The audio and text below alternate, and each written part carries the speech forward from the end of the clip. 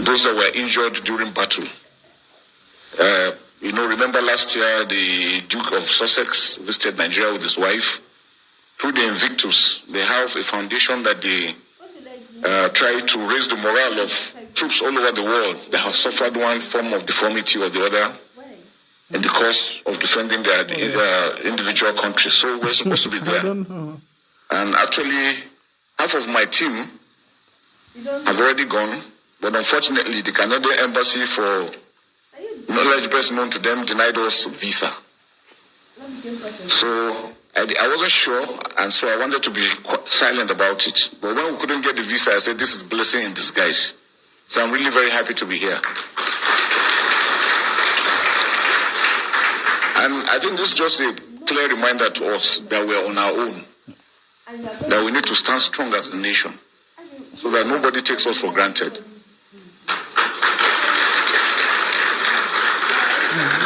You can imagine we're invited for the event with our team. Our team, half have gone, half have been denied.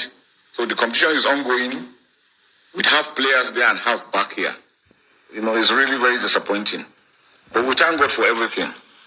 So it is with great honor and a deep sense of responsibility that I stand before you to give the opening remarks as chairman for this historic maiden annual lecture of the Alumni Association of the National Institute for Security Studies.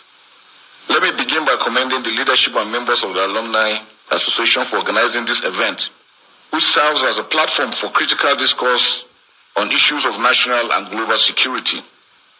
The National Institute for Security Studies has over the years established itself as a citadel of excellence in the training and development of security professionals. Its alumni, many of whom are here today, have gone to make significant contributions to the security architecture of Nigeria and beyond. This gathering, therefore, is not only a celebration of the Institute's legacy, but also a testament to the enduring relevance of its mission in an ever-evolving security landscape. Events like this also create valuable opportunities for key stakeholders to exchange ideas and insights that are essential for enhancing our national security and development. The theme for today's lecture, which is mobilizing stakeholders to curb insecurity in Nigeria, a practical approach, is both timely and critical. In a world increasingly defined by complex and asymmetric threats, the need for innovative thinking, collaboration, and proactive strategies has never been more urgent than now. From terrorism and cybercrime to transnational organized crime and climate-induced conflicts, the challenges we face are multifaceted and demand a holistic approach. As security professionals, we must continually adapt to these dynamics, leveraging technology, intelligence, and partnership to stay ahead of our adversaries. This lecture, therefore, provides an opportunity to reflect on these issues, share insights, and chart a path forward for sustainable peace and security. It also highlights the importance of a comprehensive, all-encompassing government, whole of government, and whole of society approach to addressing insecurity, as there is no individual, no organization can do it alone. The challenges we're facing is a Nigerian challenge, and not all Nigerians must come on deck to ensure that we tackle this insecurity. I'm therefore optimistic that this forum will delve into actionable strategies for mobilizing and collaboration, stressing the significance for practical collective action and shared responsibility. The Alumni Association of the National Institute for Security Studies has a unique role to play in shaping the future of security in Nigeria. As a network of seasoned professionals, you possess the knowledge, experience, and influence to drive meaningful change. I therefore urge you to use this platform not only to exchange ideas, but also to foster collaboration across agencies and institutions. Together we can build a safer and more secure Nigeria. Let me conclude by challenging all of us to rise to the occasion. The security of our nation is a collective responsibility, and each of us has a role to play. As we deliberate today, let us remember that the solution we seek must be practical, inclusive, and sustainable.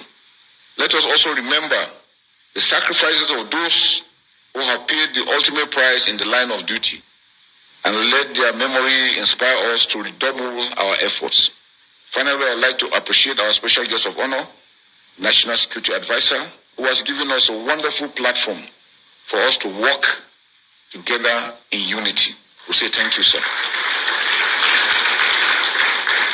Your commitment and most dedication to this, despite your busy schedule, is always good. We say very good. Thank you very well, sir. I also appreciate all heads of agencies, invited guests for gracing this occasion. Once again, I congratulate our chief host, the Director General of the Department of State Security, Oluwatosin Ajayi, MON, and the Alumni Association on this milestone, and commend you for your commitment. Thank you for the courage to say that Canada denied you. They can go to hell.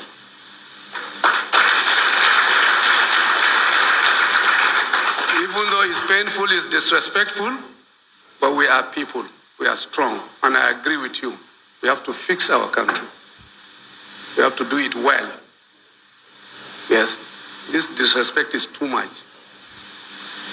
So, yet is another reason why we work hard to make Nigeria work and be respected. But things are changing, and I agree with you, Musa, things are changing. There is something new happening. We all believe that we are doing one thing. We all are in it together. We all want a better country. We all appreciate the fact that, of course, a lot is on us. If this country is going to work, we have to do a lot of work. We in the security sector. And I can assure you we don't even talk. Maybe 80% of what is happening today in our country, we don't talk. We don't. But we are happy, we are grateful for this opportunity given to us first by Mr. President. I can assure you we are all like one family. You see the military, with the civil police, with the intelligence community, with other paramilitary, all as one. Right now, I can tell you, maybe in many parts of our country, they are working together, operational, physical, in the bush, fighting to defend us, together as one. All over, Niger Delta, Southeast, Northeast, Middle Belt, Northwest. For the first time, you see a military man leading, a policeman by the side, DSS on one side, all others working as one. Even right now, I can assure you, it's going on. Young men, and not too young, all, and women, fighting to defend us as one and collective. Thank you so much, all of you, for that, for making it possible. All right, wonderful people, welcome back to this wonderful channel where we bring you back-to-back updates and information as City Hot. In case you have not joined our social media handle, what are you waiting for? Kindly go ahead and subscribe, like, comment, share, and also remember to on your notification button so that whenever our news drop, you will be the first. We'll collect them. All right, let's go down to the news proper. In case you want to support our channel, kindly give us super chat or super thanks, as the case may be. Makanande bani sekwan nanya boboja. Nanya boboja ne fichakwa nimi. Makani fenkita jesu lonya fuku.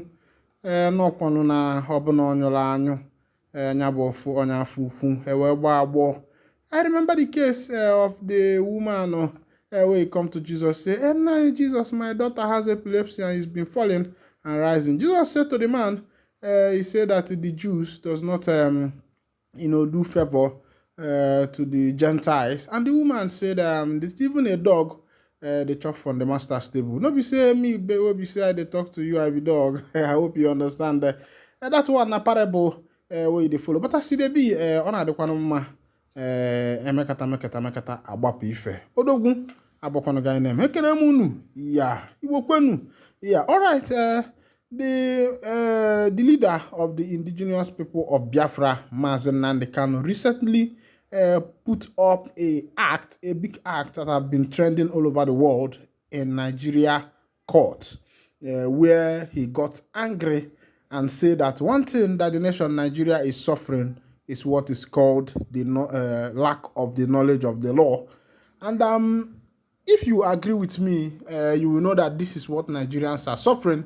A policeman will catch you on the road and bully you. He will open your phone.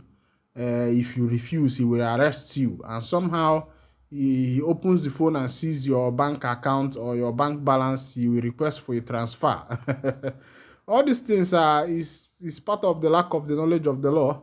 And you go to the court, you see how the court clerk and everybody will, be attending to you. Even in our institutions and in other institutions, governmental institutions, if you don't pay money, one thing or the other will not be given to you. You go to the bank and you are standing on a queue. Another person will go to the bank stall and pass maybe 1,000 naira to the bank receptionist or whoever is there. The next thing you will see is that the person will be served. So the country has become a country of lawlessness, whereby money becomes does the service. The chairman of the village, the president of the village can be bought with money. The court judge can be bought with money. The politician can be bought with money. Most of the politicians we have in this nation is not because they came into the office as a result of merit. It's not as a result of merit, but some of them use money to buy the office. They bought the office with their money. So when you expect them to do what is expected of a president or what is expected of a governor or a representative or a senator, you may be joking because apparently they bought that office with their money, as the case may be. All right, Dr. Okwesili Nwodo, former governor of Enugu State and ex-national chairman of the PDP, remarked that Nnamdi Kanu was making a case for somebody who has reached the end of the road. Speaking during an Arise TV interview about Nnamdi Kanu's release, Okwesili noted that Kanu's situation appeared unfair compared to others advocating for self-governance in Nigeria, suggesting it reflects the marginalization of the Southeast.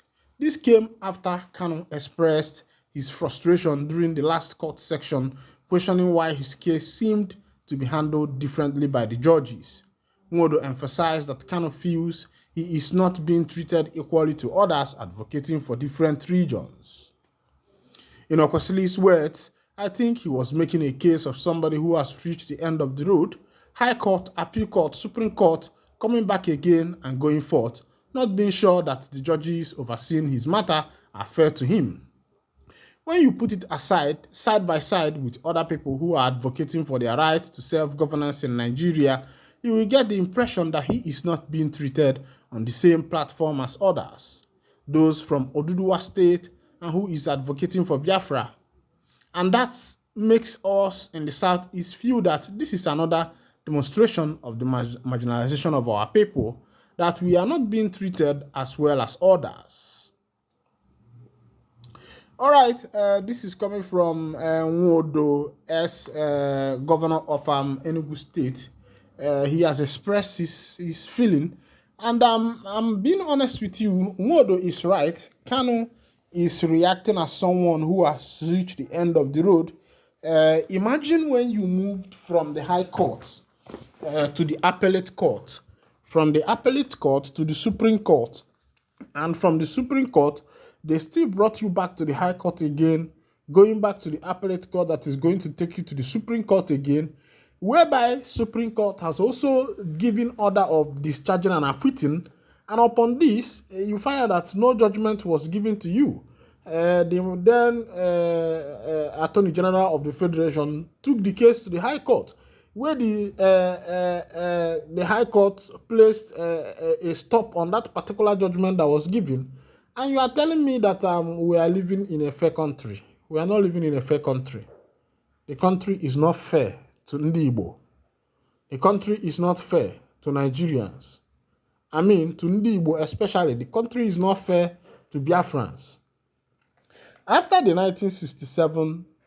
1967-1970 Biafra Civil War, the then head of state declared no victor, no vanquished.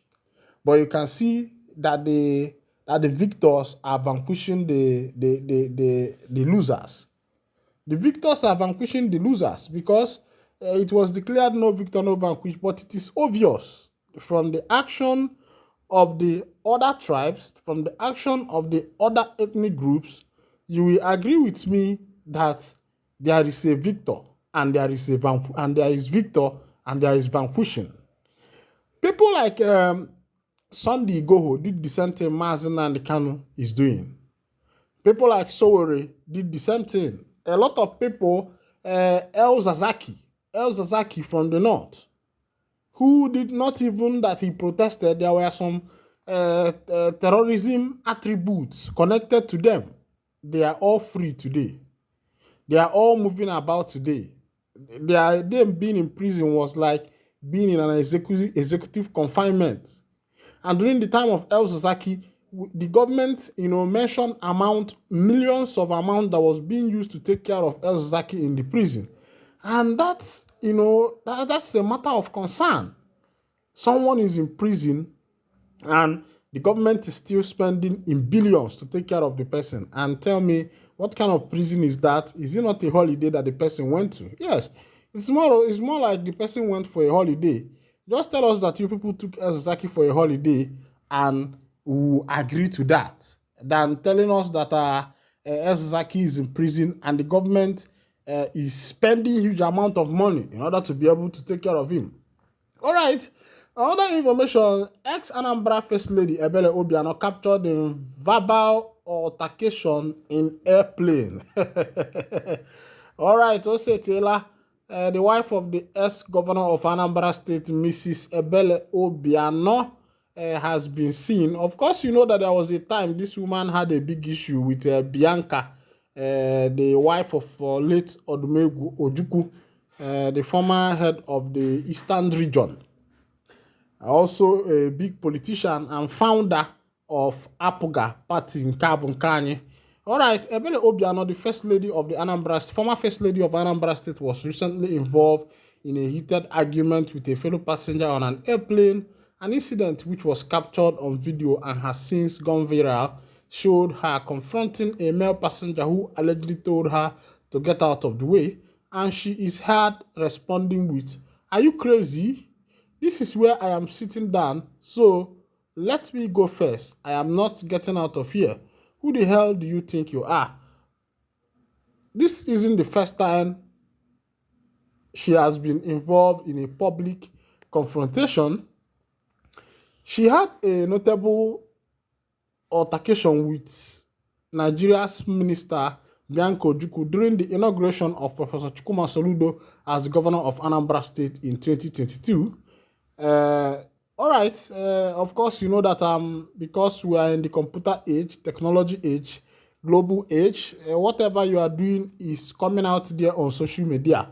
So this is not the age of, we are not in the stone, iron, and other ages, or even as far back as the 90s, before the millennium. As it is now, technology has made everything easy that whatever you do today comes up to the masses. Even if you do it in Damaturu, if somebody pick up a video and video that, my brother, you are gone, your name is Otilo, and that is going to affect whatever pursuit, whether political, academical, whatever career, business career, or whatever career you are in pursuit of.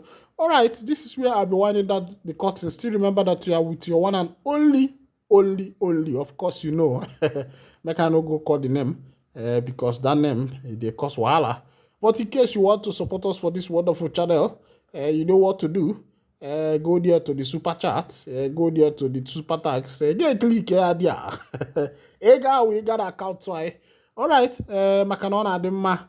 Ndị be anyị si na egbu nwata ijiji ha egbu nwata anwụ ezukọkwana ya emenyelu nwa ogwugwu emenyelu nwa nọsike emechakwala nwanne ya ndị akwụkwọ nke nọ n'ụlọ ụtọ ewe na-aga ekene m unu ya ndị ọma na-ege ntị mgbanụ ka emesịa nnọkwanụ ka ọra nnọọ na nke uhuruchi a